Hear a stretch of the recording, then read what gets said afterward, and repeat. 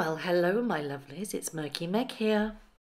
Well, good morning, good morning, good morning. It is Tuesday, the 6th of February, and I am here to bring you some concerning news. I won't say alarming, because it's not alarming, but it's certainly news that has rocked the world, and that is, unfortunately, King Charles has been diagnosed with some form of cancer. Now, I won't speculate, but what we do know is that King Charles went in for treatment last week for an enlarged prostate, and during this treatment and subsequently tests, a form of cancer was found. Now, they have said, Buckingham Palace have said that it's not prostate cancer, but all they have really said it is another form of cancer. Now, the King started treatment yesterday, and he has been advised by his doctors to not undertake any public-facing duties at this particular time, and that is what's going to happen. I'm going to read you the full statement from Buckingham Palace that was actually dropped yesterday.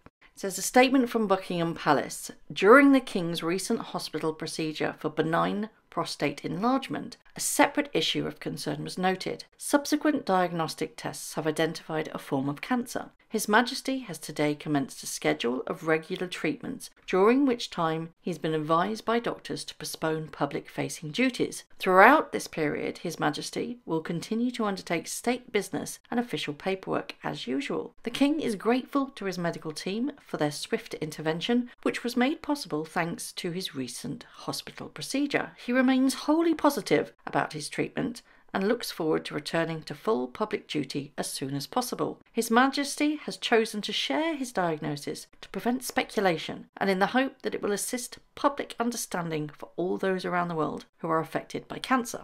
Now, while Charles and his doctors apparently are very, very positive, and he's said to be grateful his cancer was caught early and that his progress is good, and a lot of people are asking, why has this been made public? And I have a few opinions on this one, and I wanted to see if you agreed. This is a very different monarch to the monarch that we had previously, our beloved Queen Elizabeth. Queen Elizabeth was a very private person, and it wasn't until after she passed that we were all notified that she had been battling bone cancer. But King Charles has been extremely open about this, and I think that's taken the world by some shock, to be perfectly honest. It's very unheard of for a monarch to be so open about their health struggles. And I believe that this is twofold. One, to stop speculation, because if he was not seen in public, people will start to ask why.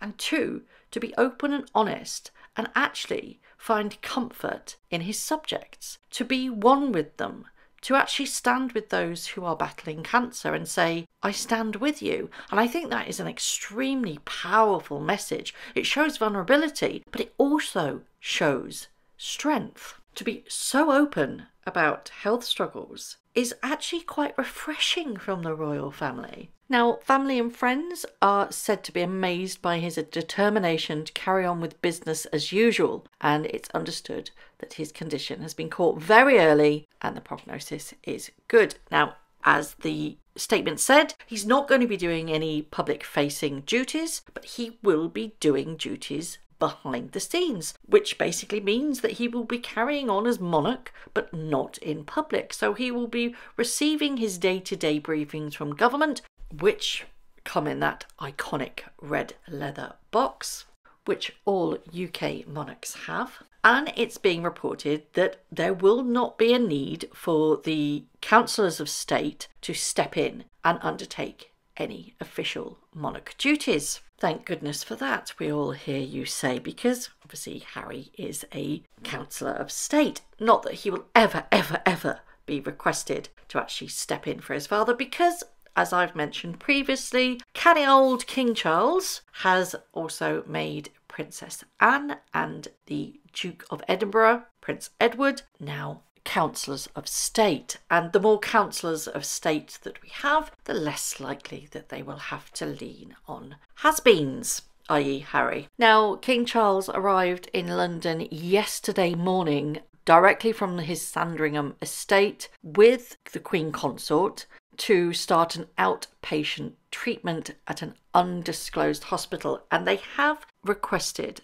that no photographs be taken and that privacy is respected if anybody actually sees King Charles or the Queen Consort Camilla go into this clinic. And I hope that the paparazzi will respect that. I expect that they will, because there is that gentleman's agreement with regards to the royal family and paparazzi in this country. And I've spoken about this numerous times on this channel. There is an agreement, quid pro quo, if you will, that they release information and certain access to photographs, certain access to events, in the hope that they will be left to their private affairs. That's obviously with the UK publications. What I do hope doesn't happen is that media from around the world will pounce on this and get a photo. And I think that would be awful, absolutely shameful. But what does this mean for the royal family in the upcoming months? Well, it means that we won't see King Charles out and about. He won't be doing the investitures. He won't be at any public events.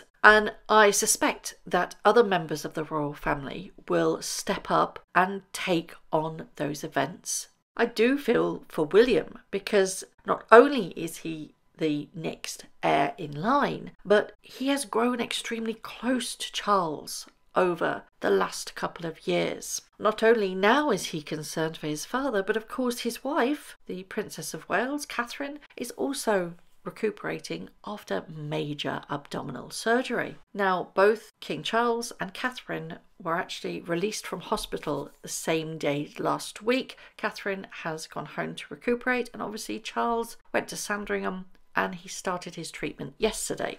But of course, William will be extremely worried about the whole situation. That, can you imagine being the heir and worrying so much for your father, and then having to take on more duties at the same time your wife, your rock, your absolute soulmate, can't be by your side? They must be feeling terrible right now. It has been said that King Charles told his family directly. Obviously, he told Harry over the phone. He would have told William, and apparently he's told his siblings too, which is Anne, Edward and Andrew. I expect, and this is just my own personal opinion, to see more of Princess Anne, the Princess Royal, Prince Edward, which he is now the Duke of Edinburgh, and of course we won't see Andy at all, Andrew, in any public facing duties, as he's well and truly cast out and is no longer a working member of the royal family. But we will see more of Anne and Edward, and possibly Sophie as well, possibly Beatrice and Eugenie. They will all have to step up now and fill in some of the gaps that this ultimately will create, because it's obviously been said that Charles will not be doing any public facing events. Now, he will still have his weekly meetings with the Prime Minister, and life will continue as normal behind closed doors. And I think that is extremely important, to hold the positive attitude with a diagnosis like this. And I refuse to speculate any further than a diagnosis that he has put out. I will not be discussing the type that I think it is. I don't think that is right at all. What I will say is that, I know he won't be listening to this, my ego's not that big, but I do wish a humongous amount of positive and healing vibes, because a positive attitude is an absolute must when you're fighting this disease. This can be an absolute roller coaster of emotions, mentally, physically, and just ravish your body. But to actually have hope and positivity works wonders. It really, really does. To have that positive mindset is half the battle, in my own personal opinion. But I do find it really rather sad that King Charles has waited so long to be king. Now this has come along. I find it deeply sad, but I'm sure because he has the best doctors, the best clinicians, the best surgeons, he will have the best oncologists, he will have everything that this country, the best of the best, trying to battle this with him. And I'm sure the prognosis is going to be exceptionally good. But you must also understand that there is that trepidation where, my God, he's waited so long for this. In his mind, he must be cursing himself, or If it was me, I'd be cursing 2 other people that have made the last 4 years absolutely miserable. But that's for the next video. The one thing I will actually say is that at the moment I'm staying off social media because I took one look yesterday at the hatred and the vitriol of disgusting comments aimed at the monarch and his family, and I instantly logged out. It was bloody disgusting. Now, I know I have done this channel for a while, but I have never ever been derogatory towards Harry and Meghan. I have never wished any of them harm, and I never would, because that's not my personality. To receive and to see rejoicing at this news is barbaric, and anybody that ever does that deserves to actually be in hell. I will never wish hate or harm on anybody, irrelevant of who they are. And I am just so saddened to see the nastiness of some people. Not our side, it's the other side. I will not mention their names because, quite frankly, that little echo chamber, or echo chamber, I never know whether it's eco or echo, of dyslexia, is some of the most disgusting human beings on the planet, and the things that they say towards the royal family, if Harry and Meghan ever actually read them, I hope that they would be truly ashamed. One thing I would like to finish this video on is the fact that King Charles has actually shared this to the world, and I think that's incredibly brave of him to do, that he wants to be with people who are going through exactly the same thing as him. And I think that, as I've said before, shows immense strength.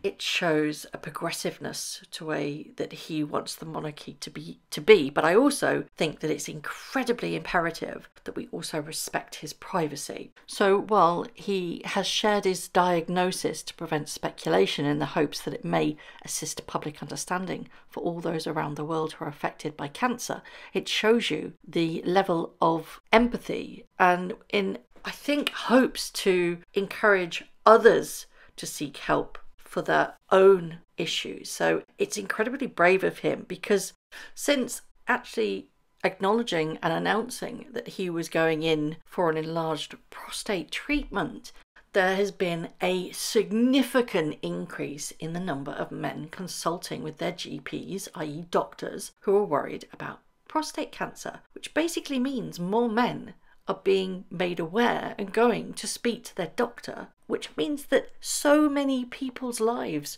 could be saved because of this. Because more men getting checked out means earlier diagnosis, which can only be a good thing.